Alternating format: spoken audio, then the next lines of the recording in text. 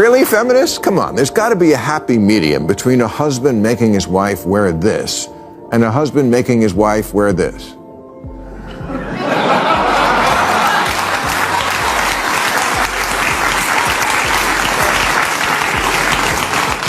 I know 1619 was bad, but this is happening right now, right under your nose rings. You knew how wrong it was when tens of millions of South Africans had been treated like second-class citizens just because of their race. But here's the thing. Today, right now, hundreds of millions of women are treated worse than second-class citizens. When you mandate that one category of human beings don't even have the right to show their face, that's apartheid. Bill Maher is once again calling out what he sees as woke warriors, people more focused on outrage than on real solutions. On Real Time with Bill Maher, he said he's tired of empty virtue signaling and hollow gestures. With his trademark sharp humor, Maher delivered biting and funny commentary, pointing out the hypocrisy surrounding modern activist culture. Whether you agree or disagree, his words cut straight through the noise. Stick around. We've gathered his strongest moments, and you won't want to miss them. You're out protesting for a couple of hours wearing this. You have to go all the way and spend an afternoon running errands wearing one of these. You can't side with the people who ruthlessly oppress women without at least getting a taste of what you're supporting.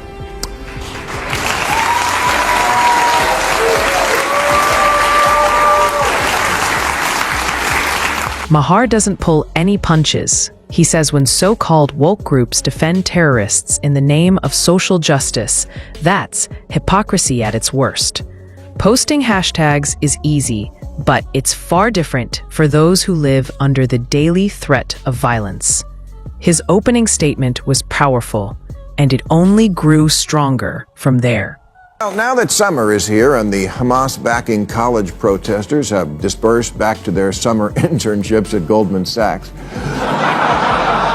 I thought it might be a good time to say this. I actually admire your youthful idealism, and our world would be poorer without it. Much like your parents who just wasted 300 grand on that ignorance factory you call a college.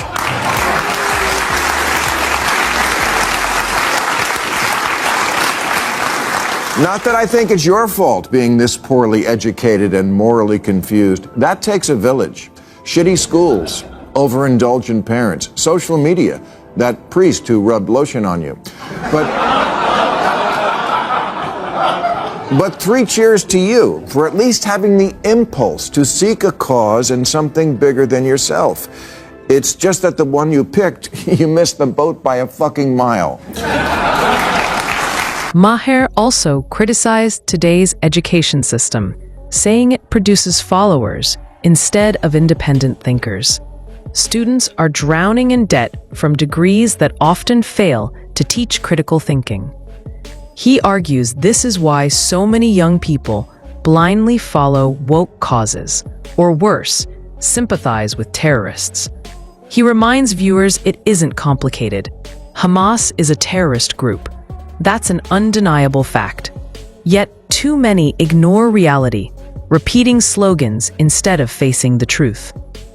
To be fair, Maher admits young activists deserve some credit for caring about bigger issues than themselves. The problem is, the causes they support often make no sense. Here's the good news. You want a cause? 'Cause I totally got one for you. Apartheid. Yeah, apartheid, the thing you've been shouting about with Israel for months. Never mind that Israeli Arabs are actually full citizens. You learned that word from a 2 Chainz song and discovered that protesting South Africa's apartheid in the 80s was a righteous cause, and so it was. To this day, when celebrities are asked who is the person they most admire, one name is always the safest choice.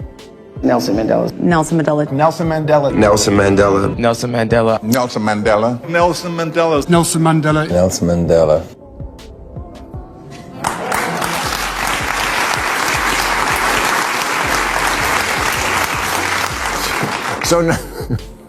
So naturally, when you heard that Israel was an apartheid state, it gave you such a boner, you literally pitched a tent.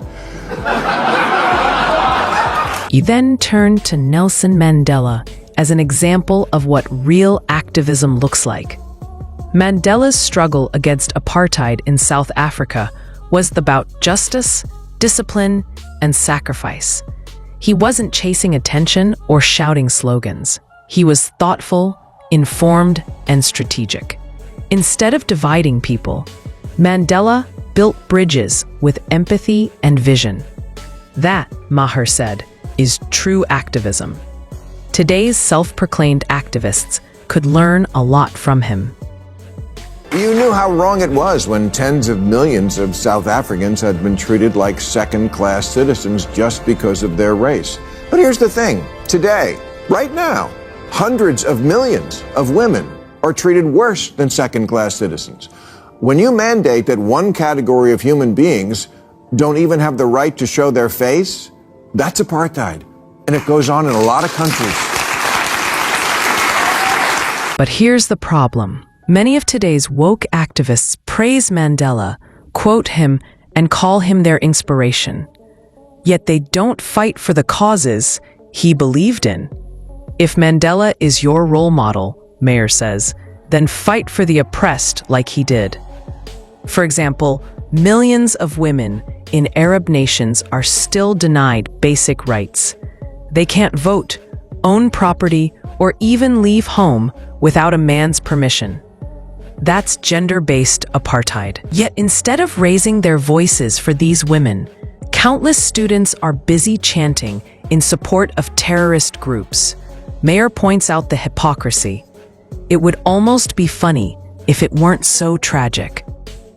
For the last couple of years, women in Iran have been saying, "Take this hijab and shove it." Because in 2022, a young woman named Mahsa Amini was arrested for wearing her mandatory hijab incorrectly and then died in police custody.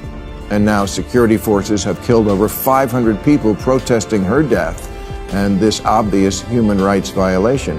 How about defunding those police? Maher didn't stop there. He went after woke activists who pushed the defund the police movement. He called it absurd to dismantle an entire system because of a few bad actors, especially without offering a realistic replacement. Meanwhile, real abuses by authorities abroad get ignored. In Iran, women are arrested, beaten, and humiliated by morality police for refusing to wear a hijab. That's state-backed oppression, yet no marches, no hashtags, and no protests in the West. Maher calls it exactly what it is: selective activism. Amnesty International says that Iranian authorities are waging a war on women that subjects them to constant surveillance, beatings, sexual violence, and detention. What P. Diddy calls a hotel stay.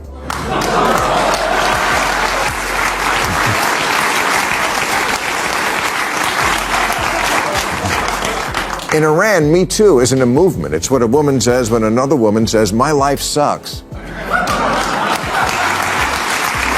Maher also pointed out the contrast.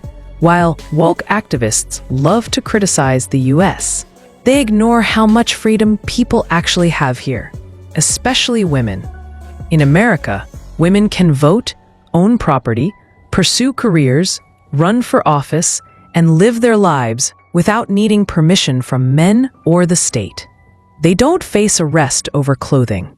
Yet instead of appreciating these freedoms, activists attack the very system that protects them, and some even support regimes that would take those rights away instantly. To Maher, that's hypocrisy dressed up as virtue. Yasmin Mohammed is a human rights activist who got married off to a Muslim man with fundamentalist views about women, not exactly uncommon in the Muslim world. He forced her to wear the niqab all the time, including once beating her because she took her hijab off at home because the apartment had a window through which people might see in. And this was in Vancouver. Here's what Yasmin said about veiling. "It just suppresses your humanity entirely. It's like a portable sensory deprivation chamber, and you are no longer connected to humanity. You can't see properly. You can't hear properly. You can't speak properly. People can't see you. You can only see them. Just little things, passing people on the street, and just making eye contact and smiling, that's gone. You're no longer part of this world, and so you very quickly just shrivel up into nothing under there. And that's my answer when someone says Islamophobe. Did you catch the silence? Maher noted that it wasn't just an awkward pause. It revealed an uncomfortable truth. Criticizing Islam often leads to being labeled an Islamophobe. But criticizing Christianity or other religions is not only acceptable, it's often celebrated. Muslim voices freely critique Western culture, Christianity, or secular values, but any critique of Islam is treated as hate. This double standard is clear. Every religion can be questioned, except Islam. And that's where Maher stands out. He doesn't dodge the topic or sugarcoat his words. He speaks truths that many avoid, openly, clearly, and without apology.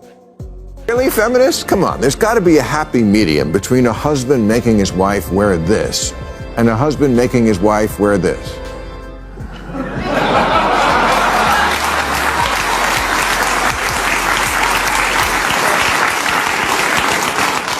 I know 1619 was bad, but this is happening right now, right under your nose ring. Finally, Maher turned his attention to modern feminism.